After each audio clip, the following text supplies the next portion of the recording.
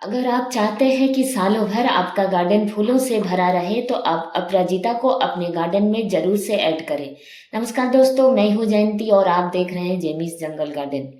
ये एक ऐसा फ्लावरिंग प्लांट है जो पूरी गर्मी और बरसात दोनों ही मौसम में इसमें आपको हेवी फ्लावरिंग देखने को मिलेगी। जैसे ही सर्दियां बढ़ने लगेगी थोड़ी सी फूलों की संख्या कम होगी लेकिन बंद नहीं होगी। फूलों का आकार छोटा हो जाएगा लेकिन कम ज्यादा फूल खिलते ही रहेंगे। अगर आपको पूजा के लिए फूल चाहिए तो आप इस फूल को तो जरूर से गार्डन में लगाइए। कभी भी फूलों की कमी नहीं होगी। देखिए, दिसंबर के आज 3-4 तारीख होने को आ रही है और मेरे इस पौधे में कितने सारे फूल खिल रहे हैं। इस समय आप जितने ज्यादा फूलों को पौधे में छोड़ देंगे सभी फूल उनके सीड्स बनने शुरू हो जाएंगे। इसीलिए इस समय ज्यादा से ज्यादा फूलों को आप तोड़ लिया करें अपने पूजा के लिए, क्योंकि जो भी सीड्स इस समय आप छोड़ेंगे उन सभी में कलियां इस समय बनेंगी। क्योंकि इस समय सीड्स बनना शुरू होगी, क्योंकि इस समय सीड्स बनने के सीजन है। मेरे बहुत सारे सीड्स बन चुके हैं। मैं अधिकतर फूलों को तोड़ लिया करती हूँ। मैंने पाया है कि देखिए, मैंने नीचे कुछ कटिंग इसकी कट कर दी थी, उसमें भी नई नई ग्रोथ शुरू हो गई है। तो इसमें अगर आपको सालों भर हेवी फ्लावरिंग लेनी है तो इसके लिए सबसे अच्छी एक मिट्टी बनाइए। 50% गार्डन सॉइल लें, 30% कंपोस्ट लें और 20% उसमें रिवर सैंड मिलाकर एक अच्छी सी मिट्टी बनाकर अपने पौधे को लगाएं।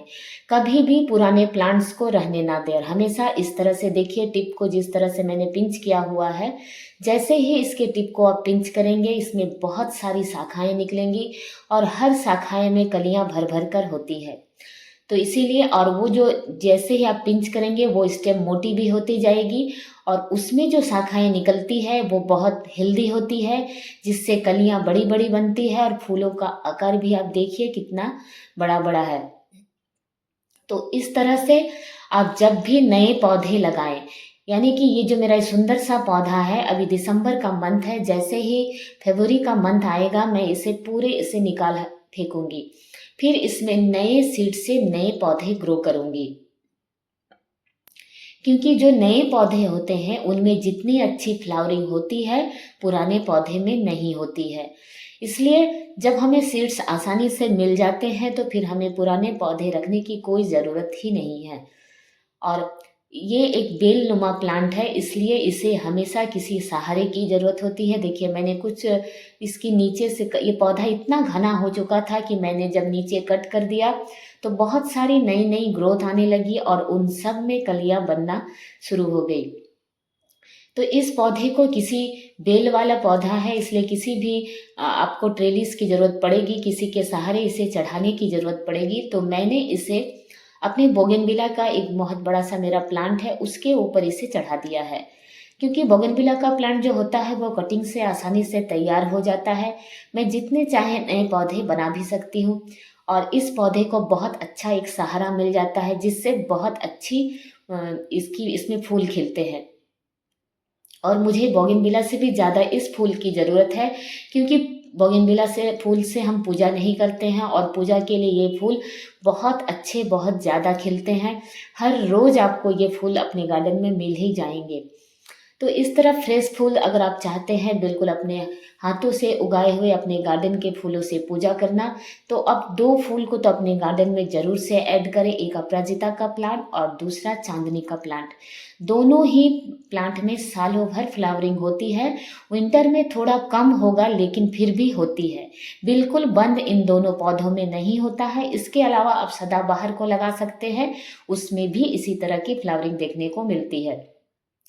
और अपने सभी फूलों को सुबह में जब ये खिले तोड़ लिया करें, वरना ढेर सारे सीड्स बनेंगे और ये सीड्स अपने पौधों से न्यूट्रिशन लेती रहेगी। पौधों की इसमें फिर नई कलियां बनने कम हो जाएगी। इसलिए अगर आप चाहते हैं लगातार इसमें फूल खिलते रहें तो इसे पिंच करें।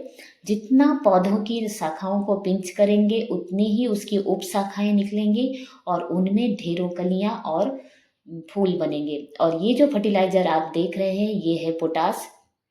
सिर्फ आधा चम्मच, वो भी ऐसा नहीं कि महीने में 1 बार या 2 बार, ऐसा कुछ भी नहीं, सिर्फ 1 बार। यानी कि अगर आप गर्मियों में 1 बार डालते हैं तो फिर पूरी गर्मी और बरसात डालने की ज़रूरत नहीं पड़ती है। और अभी फूल थोड़ा खिलना कम हो गए हैं, तो मैं अभी दिसंबर में फिर से आधा चम्मच अपने पौधों में डालूंगी। मैं डाल चुकी हूँ, वो आपको मैंने दिखाने के लिए 1 चम्मच, आधा चम्मच मैं दिखा रही थी कि इतना ही डालना पड़ता है एक पौधे में। एक बहुत बड़ा सा मेरा ये कंटेनर है, इसमें मैं सिर्फ आधा चम्मच। ऐसे पौधों को जो ये बेल वाले होते हैं, बड़े पॉट में अगर लगाएं तो आपको बहुत सारे फूल मिलेंगे। देखिए बीच में बोगनविला का प्लांट है और उसके दोनों किनारों में मैंने उसके पौधे को लगाया था। आप चाहें तो सीधे सीड्स भी इस तरह से डाल सकते हैं, लेकिन मैं ऐसा नहीं करती हूँ। मैं अपने सीड्स को हमेशा ग्रो बैग में पहले ग्रो कर लेती हूँ। जब मेरा पौधा थोड़ा सा मैच्योर हो जाता है, उसके बाद उसे मैं इस तरह के कंटेनर में उसके किनारे में लगा देती हूँ। इससे पौधा और भी ज़्यादा अच्छी तरह से बढ़ता है। ऐसा आप करके देखें। देखिए यहाँ भी एक और अपराजिता का मेरा एक पुराना प्लांट है। इसमें फ्लावरिंग देखिए उतनी अच्छी नहीं हो रही है, फिर भी खिल रहे हैं। और इसके फूलों को मैं नहीं तोड़ती हूँ, तो मैंने पाया इसमें बहुत सारे मेरे सीड्स बन रहे हैं।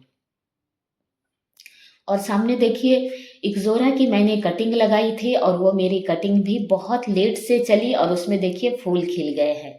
इसलिए अपने पौधों से नए पौधे भी तैयार करें। जो पौधे बीज से होते हैं, सीड से, उन्हें हमेशा ग्रो करें। और पुराना सीड्स कभी भी जर्मिनेट नहीं होता है। इसलिए जो भी सीड्स आपके हो, आप जैसे इस पौधे से जितने भी सीड्स मुझे मिलेंगे, मुझे जो भी रखना होगा, मैं उसे फरवरी मंथ में ही छोटे छोटे से ग्रो बैग में ग्रो करके रख लूँगी। वो पौधा आपका 1 साल तक चल जाएगा। लेकिन अगर आप सीड्स को रखे रहेंगे और 1 साल बाद यूज़ करेंगे, तब वो सीड्स कभी कभी जर्मिनेट नहीं होना चाहता है। इसलिए बहुत जल्दी ही अपने सीड से नए पौधे तैयार कर लें। मैं इस तरह से अपने पौधे को हमेशा बचाए रखती हूँ, क्योंकि कभी कभी किसी कारणवश अगर सीड्स ना बने तो मेरा पुराना पौधा हमेशा मेरे पास रहता है। और ये पौधा मेरा ग्रीन नेट के नीचे है, जिसमें बहुत अच्छी धूप भी नहीं मिलती है, फिर भी फ्लावरिंग आपको देखने लायक है। अगर ये खुले आसमान के नीचे धूप में रहेगा तो इसकी फ्लावरिंग क्या कहने, बहुत ही ज़्यादा होगी। बहुत आसानी से लगने वाला खूबसूरत सा प्लांट है ये। अगर आपको मेरे ये वीडियोस पसंद आते हैं तो प्लीज़ मेरे चैनल को लाइक, शेयर और सब्सक्राइब करना ना भूलें। और मुझसे जुड़े रहने के लिए बेल आइकन को भी प्रेस करें। इसमें और एक कलर होता है सफ़ेद रंग, और एक लाइट येलो भी होता है जो मैंने देखा है। इसके अलावा मैंने इसमें और कोई भी दूसरा कलर नहीं देखा है। कभी मिले तो उसे भी मैं गार्डन में ज़रूर से ऐड करूँगी। जितनी अच्छी ऑर्गेनिक मिट्टी बनाएंगे, उतनी ही कम फर्टिलाइज़र की आपको ज़रूरत होगी। पूरी ऑर्गेनिक फर्टिलाइज़र से इतनी अच्छी फ्लावरिंग नहीं होनी चाहती है। इसलिए थोड़ी बहुत केमिकल फर्टिलाइज़र का इस्तेमाल करें। इससे ना तो आपकी मिट्टी खराब होगी और आपको बहुत अच्छी फ्लावरिंग भी देखने को मिलेगी। और इस तरह से फूलों को गार्डन में ज़रूर से ऐड करें। पूजा के लिए कभी भी फूल की आपको कमी ही नहीं होगी। हमेशा जब भी आप अपने गार्डन में आएंगे, आपको कम ज़्यादा अब फूल देखने को मिलेंगे। वीडियो देखने के लिए आप सभी का बहुत बहुत धन्यवाद।